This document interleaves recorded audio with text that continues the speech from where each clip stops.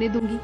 तुम मुक्ति के लिए तड़प रहे हो, मैं चाहती हूँ कि तुम्हारी मुक्ति हो और तुम फिर से इस दुनिया में एक बच्चे के रूप में जन्म लो।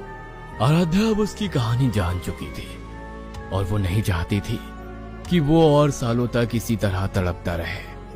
उसने सब कुछ मोहित को बताया, लेकिन उसने फिर से उसकी बात पर विश्वास नहीं किया। तो वो सीधे मंदिर के बड़े पुजारी जी के पास गई। जिन बच्चों की आत्माओं को कच्चा कलवा साधना करके कैद कर लिया जाता है, उनकी मुक्ति इतनी आसानी से नहीं होती बेटी। उसकी मुक्ति के लिए 21 ब्राह्मणों को एक साथ घर में बैठकर यज्ञ करना होगा, तभी उसकी मुक्ति हो पाएगी।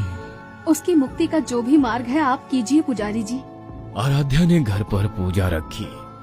पहले तो मोहित इस बात पर बहुत गुस्सा हुआ, लेकिन जब उसने यज्ञ होते देखा और अपनी आंखों के सामने उस बच्चे की आत्मा को मुक्त होते हुए देखा, तो उसे आराध्या की सारी बातें समझ आ गई।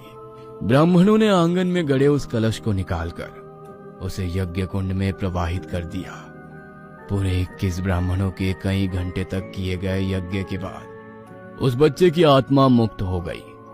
लेकिन जब वो मुक्त हो रहा था, तब उसने अपनी आंखों में आंसू भरकर आराध्या को देखते हुए एक बात कही। माँ, तुमने मुझे बहुत प्यार दिया। मैं तुमसे वादा करता हूँ, मुक्त होकर मैं तुम्हारे पास वापस जरूर लौटूंगा।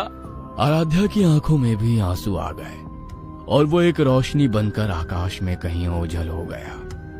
डॉक्टर ने तो ये कह दिया था कि आराध्या कभी मां नहीं बन सकती, लेकिन जिस दिन वो बच्चा मुक्त हुआ था, उसके ठीक 9 महीने बाद आराध्या ने अपने बेटे को जन्म दिया। वो समझ गई थी कि वही बच्चा लौटकर उसके पास आया है। उसके दुलार के लिए तरसता वो बच्चा अब उसकी गोद में खेलकर खिलखिला रहा था। और डॉक्टर भी आराध्या का ये मिरेकल केस देखकर हैरान थे, लेकिन इसके पीछे की सच्चाई तो सिर्फ आराध्या ही जानती थी।